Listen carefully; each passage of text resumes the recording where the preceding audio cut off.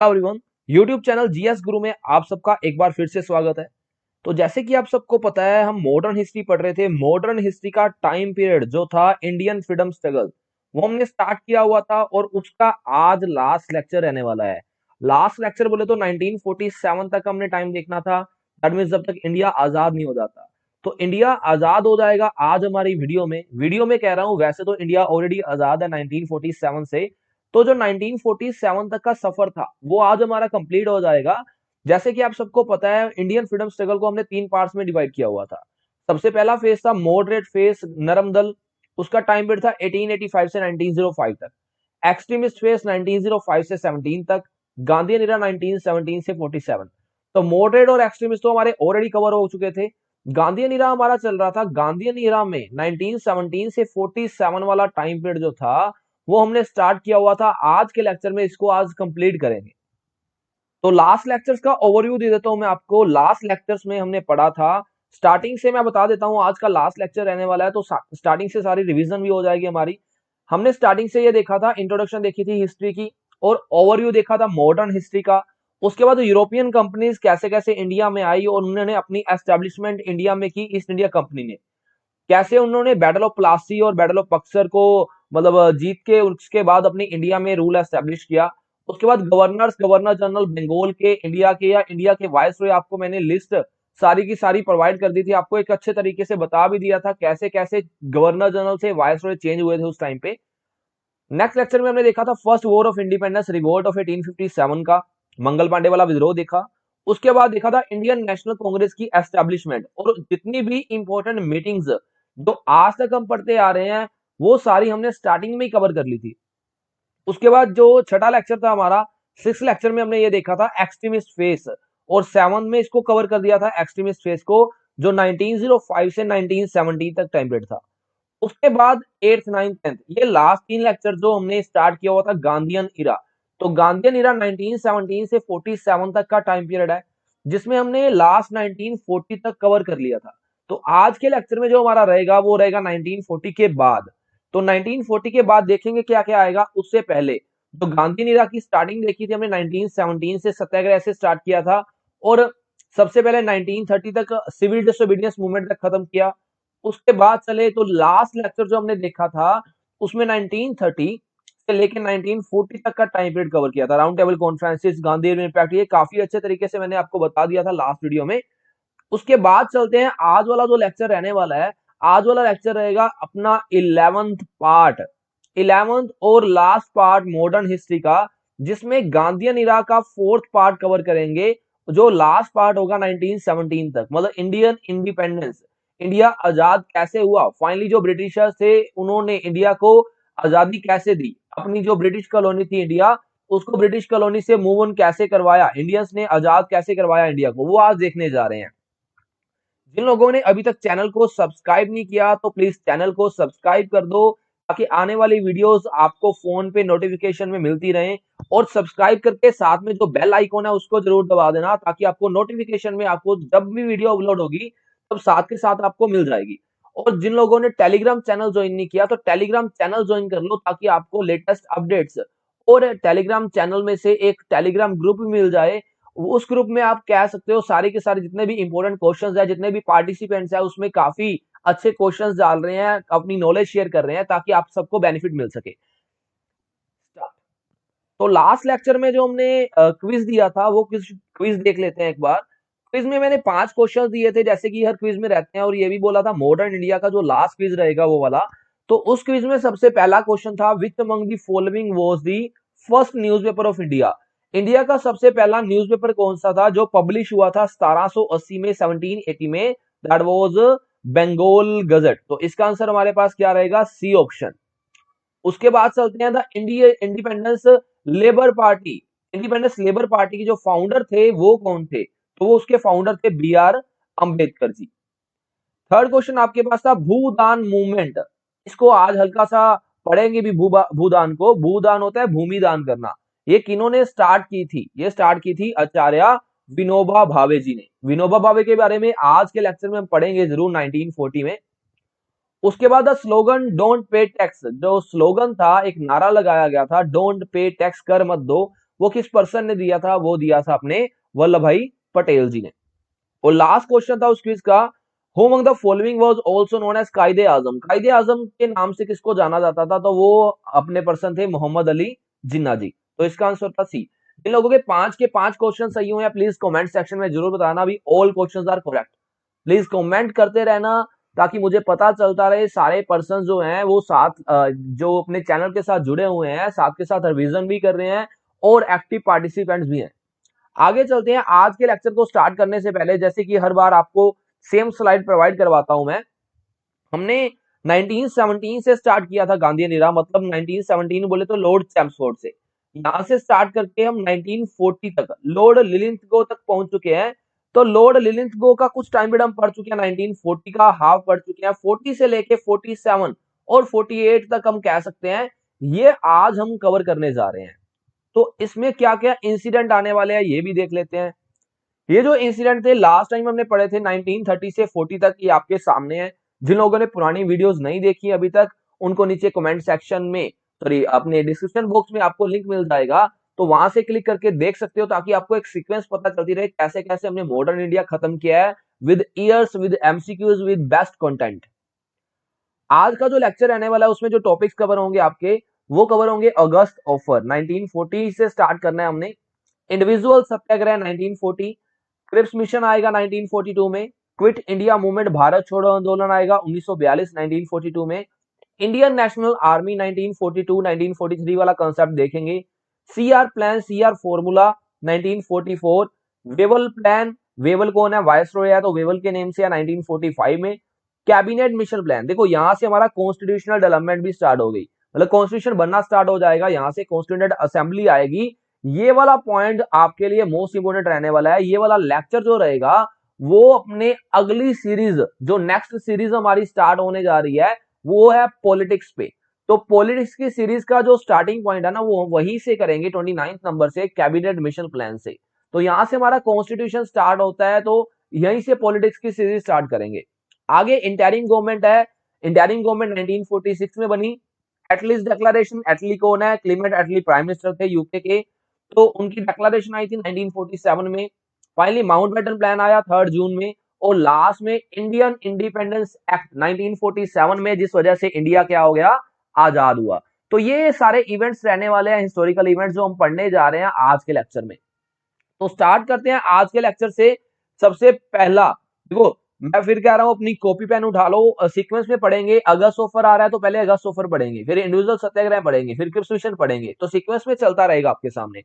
सबसे पहले क्वेश्चन बन रहा है, which offer of Britishers to Indians was also known as first offer of independence? देखो आजादी का पहला ऑफर ब्रिटिशर्स हमें ऑफर दे रहे हैं।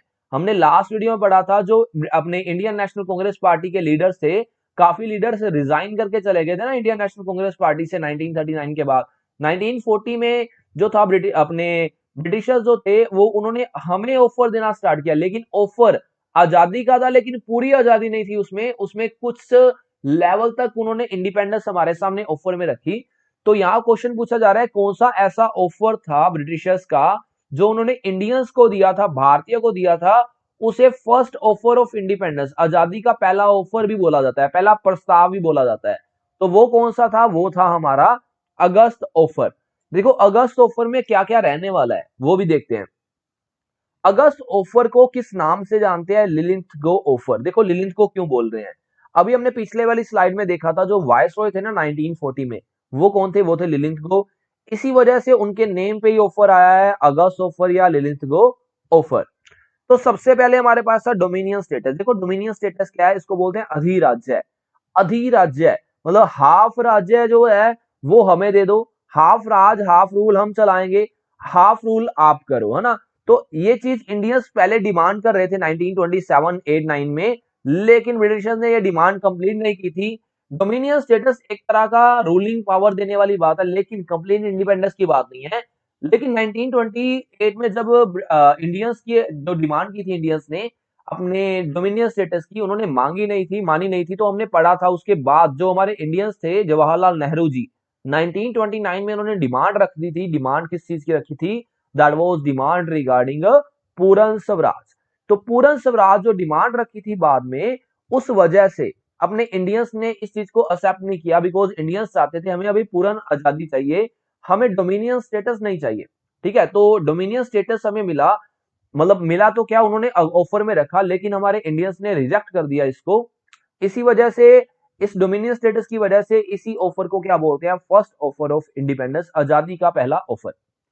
आगे पोस्ट वार बॉडी, पोस्ट होता है बाद में, जो वॉर चल रही है सेकेंड वर्ल्ड वॉर, उसके बाद आपको एक बॉडी दी जाएगी टू फ्रेम दी कॉन्स्टिट्यूशन, आपका कॉन्स्टिट्यूशन संविधान तैयार करने के लिए। Increase the seats for Indians in viceroy council, जो वायसरॉय की परिषद होती है उसमें लॉलीपॉप मिलेगी। लॉलीपॉप बोले तो जो सीट्स है इंक्रीज कर दी जाएंगी, किनके लिए, भारतीय के लिए। बट इंडियंस जो है अब ये चीज नहीं चाहते, इंडियंस क्या चाहते हैं, आजादी। वार एडवाइजरी काउंसिल बनेगी इंडियंस के लिए। माइनॉरिटीज अल्पसंख्यक को सेफ्टी मिलेगी, जो अपने इंडिया में डिमांड भी कर रहे थे पहले। लेकिन फाइनली क्या हुआ, जवाहरलाल नेहरू जी ने इस ऑफर को बोला, इस ऑफर को रेफर किया dead as a door nail. देखो डोर नेल होता है, जो कील होता है ना, कील दरवाजे में लगाने वाला, तो दरवाजे में जो कील यूज हो जाता है उसको बाद में निकालते हैं, वो खराब हो जाता है ना। तो जवाहरलाल नेहरू जी ने इस ऑफर को उसी कील से कंपेयर किया है, उसी नेल से कंपेयर किया है। जो डोर नेल है वो खराब हो चुका है, डेड हो चुका है, आप हमें वो वाली चीज प्रोवाइड कर रहे हो, डोमिनियन स्टेटस, जो चीज हमने ऑलरेडी रिजेक्ट कर दी, मतलब पहले ही रिजेक्ट कर दी, तो आज तो इस चीज की डिमांड भी नहीं है हमारी। तो फाइनली ये वाला ऑफर क्या कर दिया गया, रिजेक्ट हो गया, है ना। मतलब अभी हम आगे पढ़ेंगे कैसे कैसे इंडियंस ने ऑफर्स को रिजेक्ट किया, और फाइनली एक ऑफर लास्ट में आया जो इंडियंस द्वारा क्या किया गया, एक्सेप्ट किया गया।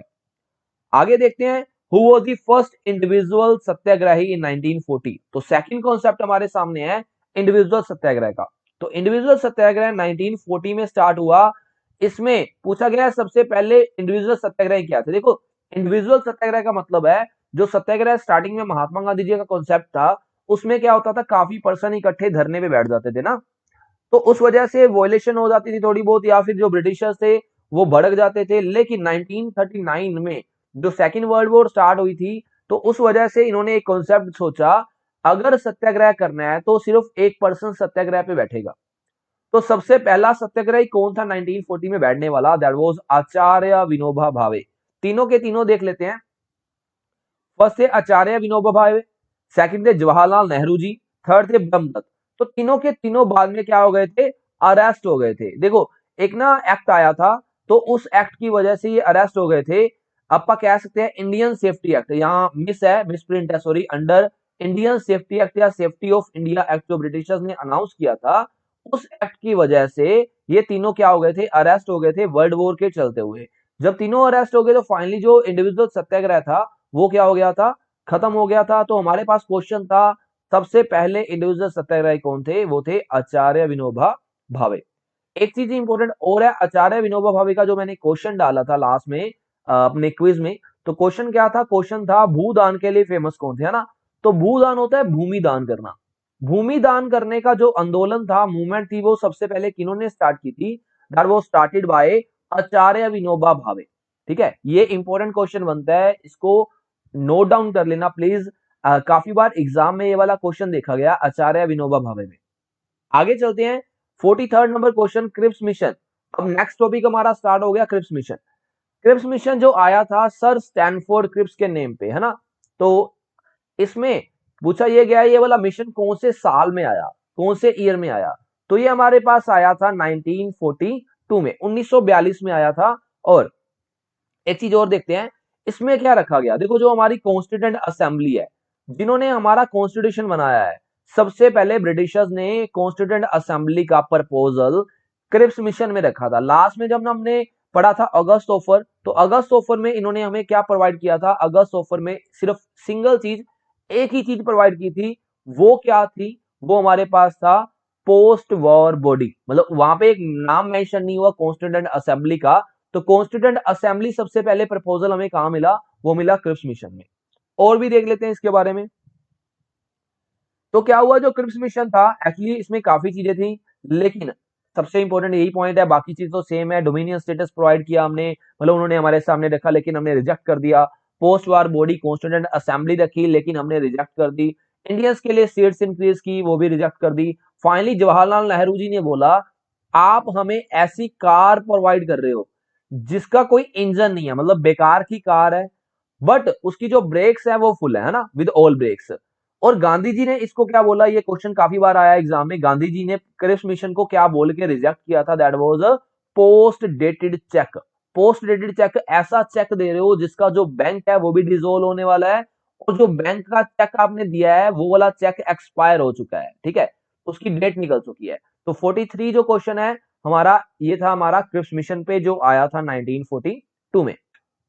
तो नेक्स्ट टॉपिक आपके सामने है quit India movement started in 1942। जो भारत छोड़ो आंदोलन था वो 1942 में स्टार्ट हुआ था। तो किस पर्सन द्वारा स्टार्ट किया गया था? देखो, क्विट इंडिया नाम से पता चल रहा है किसको बोला जाएगा, भारत छोड़ो, ब्रिटिशर्स को बोला जाएगा। मतलब ब्रिटिशर्स को यहां से भगाने के लिए उनको एक स्लोगन भी दिया गया, क्विट इंडिया। तो क्विट इंडिया स्लोगन भी यूज किया गया यहाँ पे, भारत छोड़ो, मतलब जो इंडिया है वो ब्रिटिशर्स को ये बोल, इंडियंस जो है ब्रिटिशर्स को ये बोल रहे हैं भारत छोड़ के चले जाओ, और जो भारत है उस पे राज हमारा ही होगा, आजाद कर दो इंडिया को, इंडिया जो ब्रिटिश कॉलोनी से मुक्त कर दो। तो क्विट इंडिया मूवमेंट 1942 में स्टार्ट हुआ, किन्होंने स्टार्ट किया? महात्मा गांधी जी ने। और कब स्टार्ट हुआ, कहां स्टार्ट हुआ, वो भी देख लेते हैं। ये स्टार्ट हुआ था 8 अगस्त 1942 को, 8 अगस्त 1942 को स्टार्ट हुआ। और प्लेस, जगह कौन सी थी? दैट वाज ग्वालियर टैंक मैदान। देखो, ग्वालियर टैंक मैदान कह रहे हैं, तो जिसको आजकल बोला जाता है अगस्त क्रांति मैदान। अगस्त क्यों बोलते हैं? बिकॉज अगस्त में ये क्रांति हुई थी, तो इसी वजह से ग्वालियर, या कई जगह ग्वालिया भी लिखा जाता है, तो इसी वजह से इसको बोलते हैं अगस्त क्रांति मैदान। तो यहां स्टार्ट हुई, और इसका मेन मोटिव क्या था स्टार्ट होने का, वो भी देख लेते हैं। इसको और किस नाम से जाना जाता है? इसको बोलते थे वर्धा प्रपोजल। वर्धा एक जगह है, उस जगह पे क्या है? ग्वालियर टैंक मैदान है, इसी वजह से वर्धा प्रपोजल के नाम से जाना जाता है।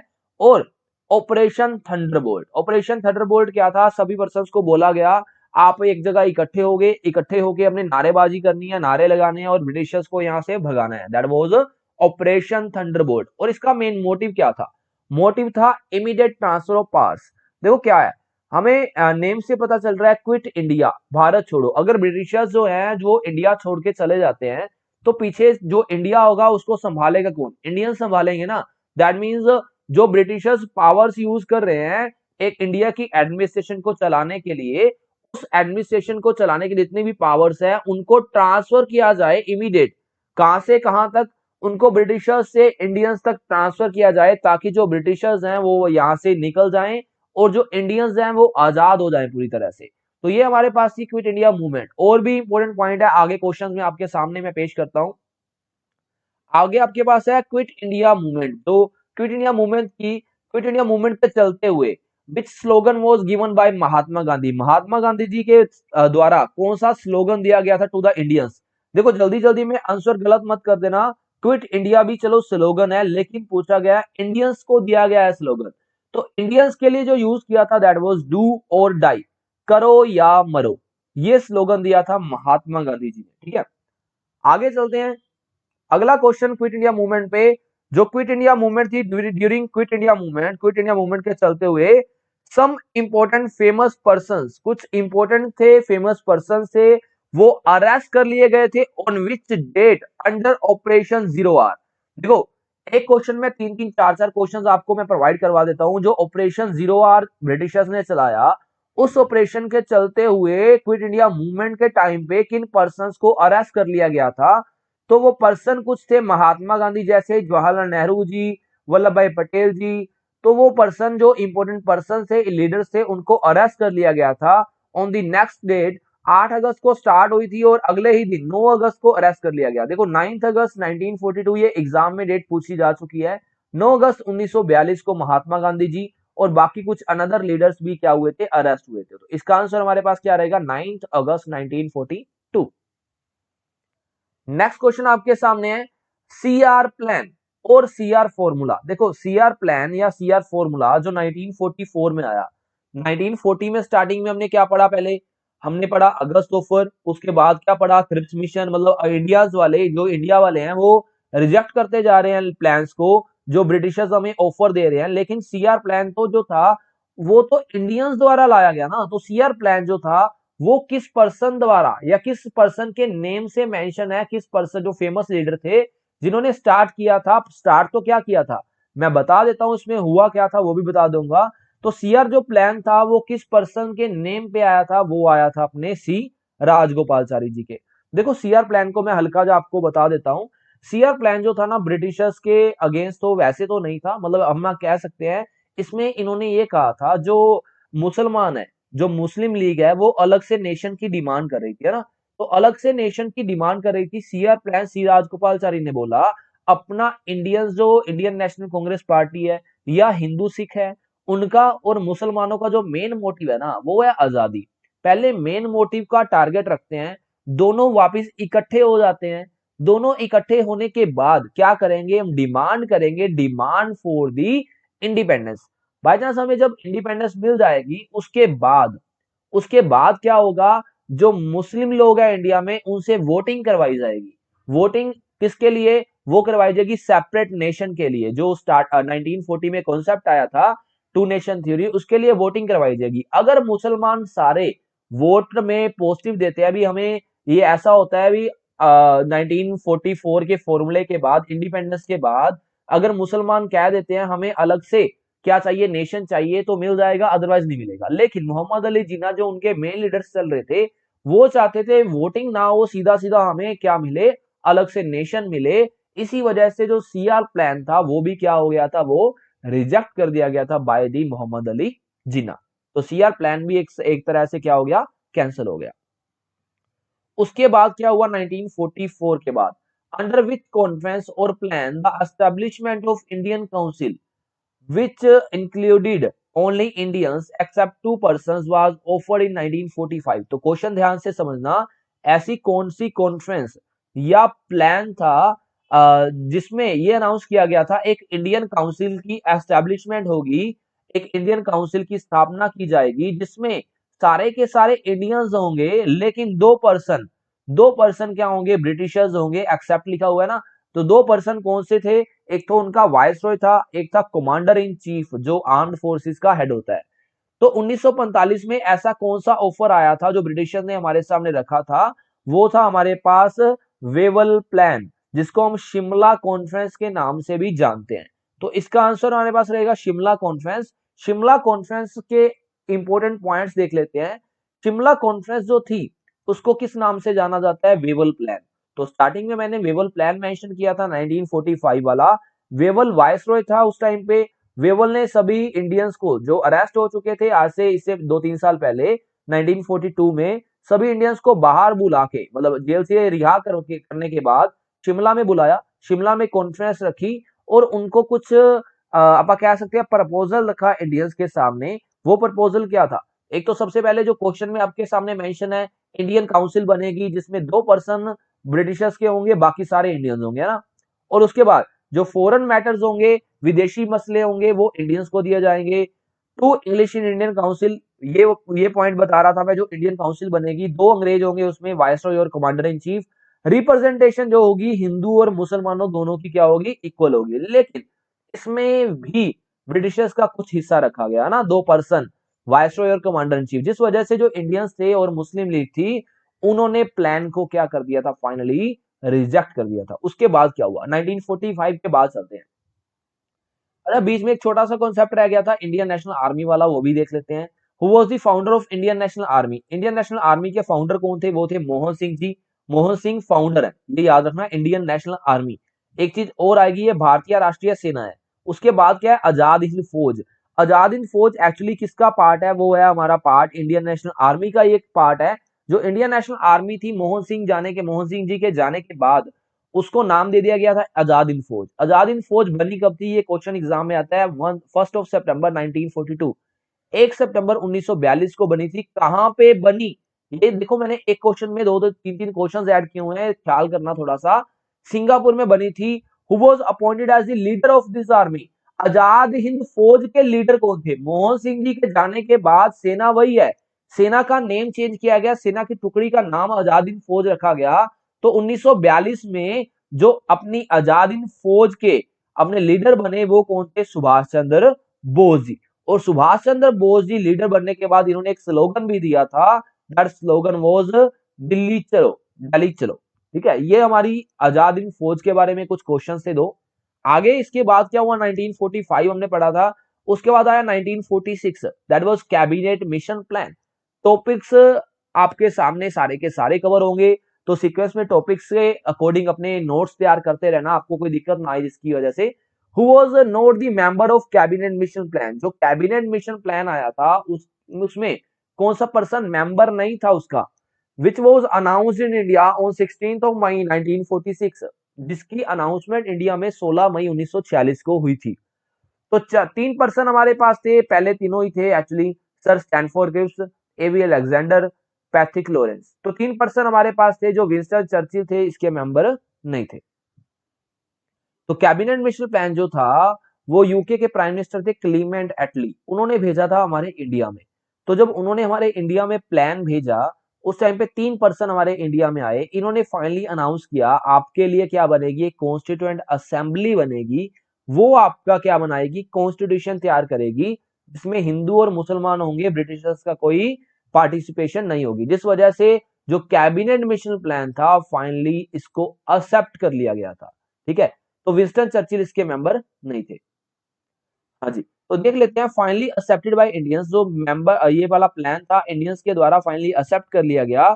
कॉन्स्टिट्यूएंट असेंबली इसी प्लान के अंडर बनी थी, जिन्होंने हमारा कॉन्स्टिट्यूशन बनाया था। और इसमें जो मेंबर्स थे टोटल वो थे 389। देखो ये मोस्ट इंपोर्टेंट पॉइंट है, आगे जो हमारी सीरीज स्टार्ट होने वाली है उस सीरीज में हम यहीं से स्टार्ट करेंगे पॉलिटिक्स।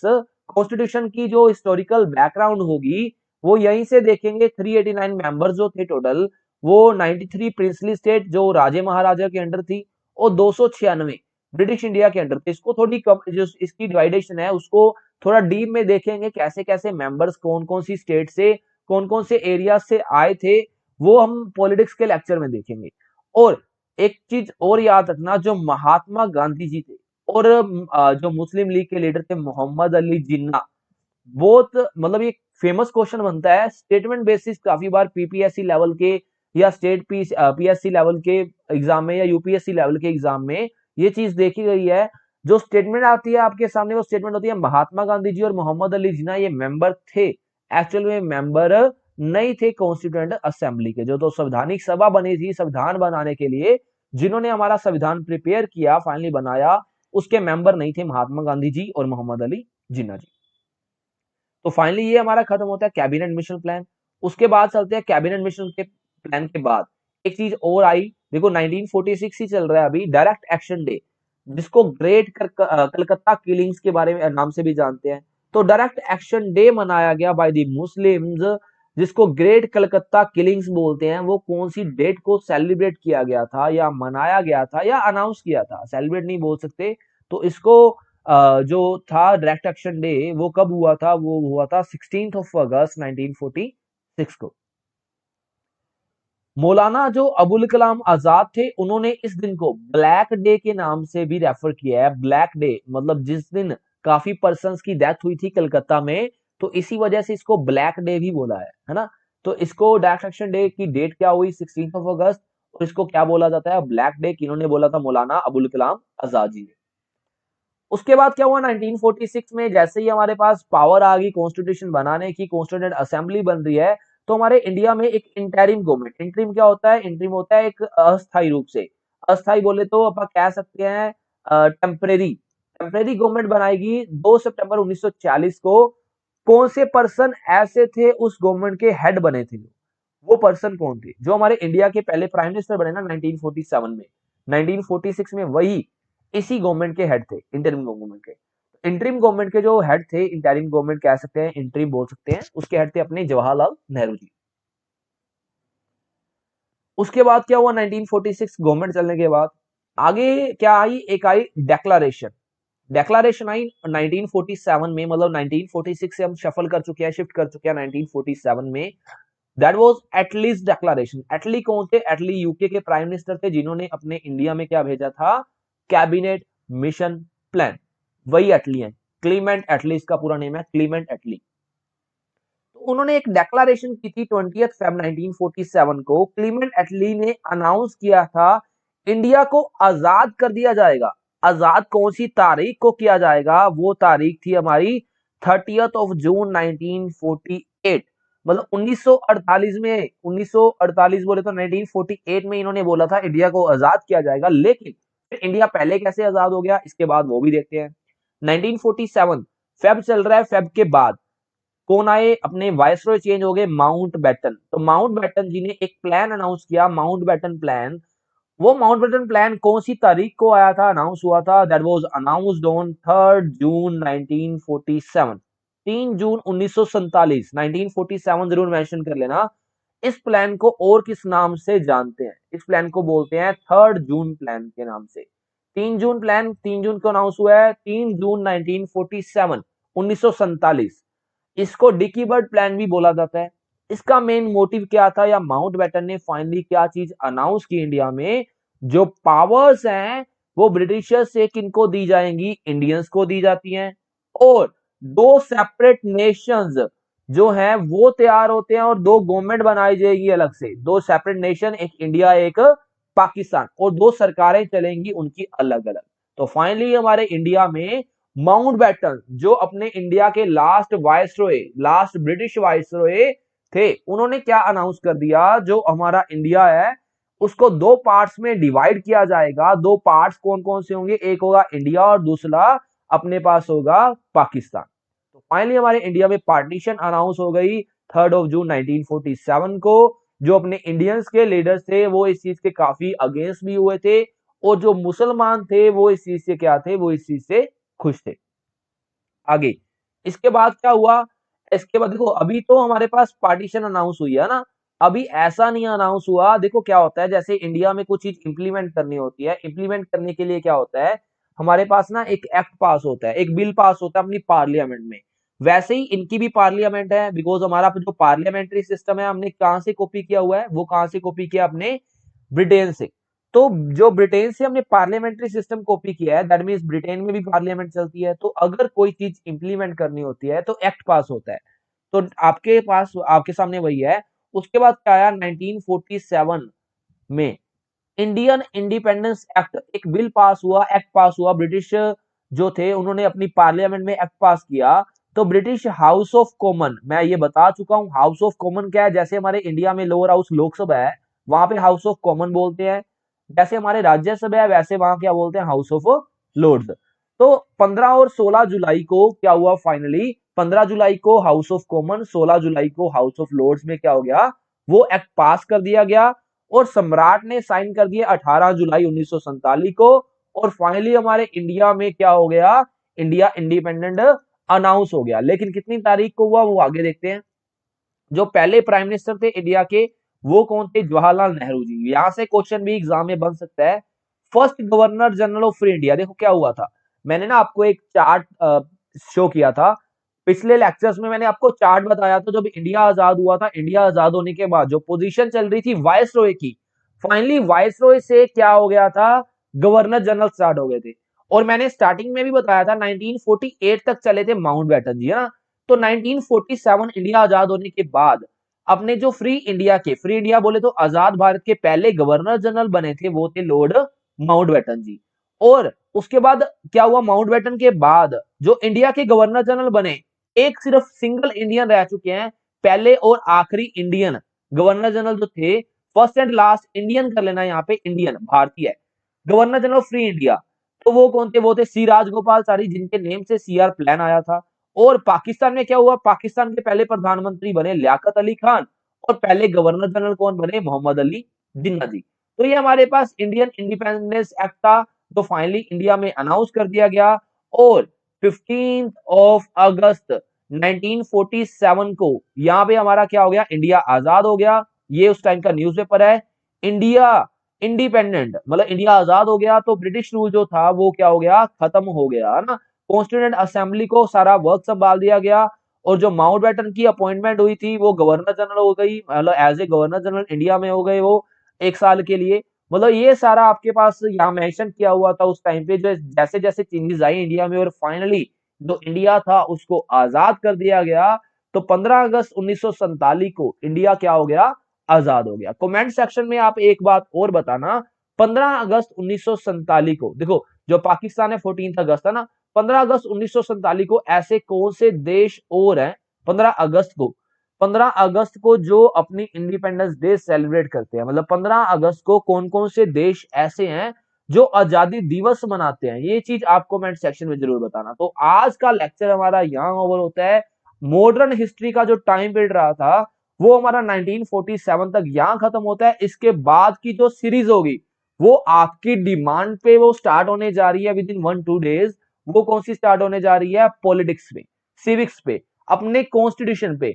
तो बहुत डीप में लेके जाएंगे उसको, स्टार्टिंग से बिल्कुल बेसिक से स्टार्ट करेंगे, उसको एक अच्छे लेवल तक हम पहुंचाने की कोशिश करेंगे ताकि आपको किसी भी एग्जाम में दिक्कत ना आए।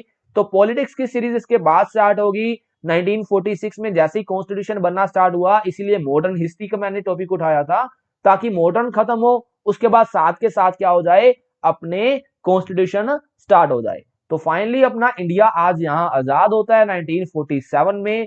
Thank you so much.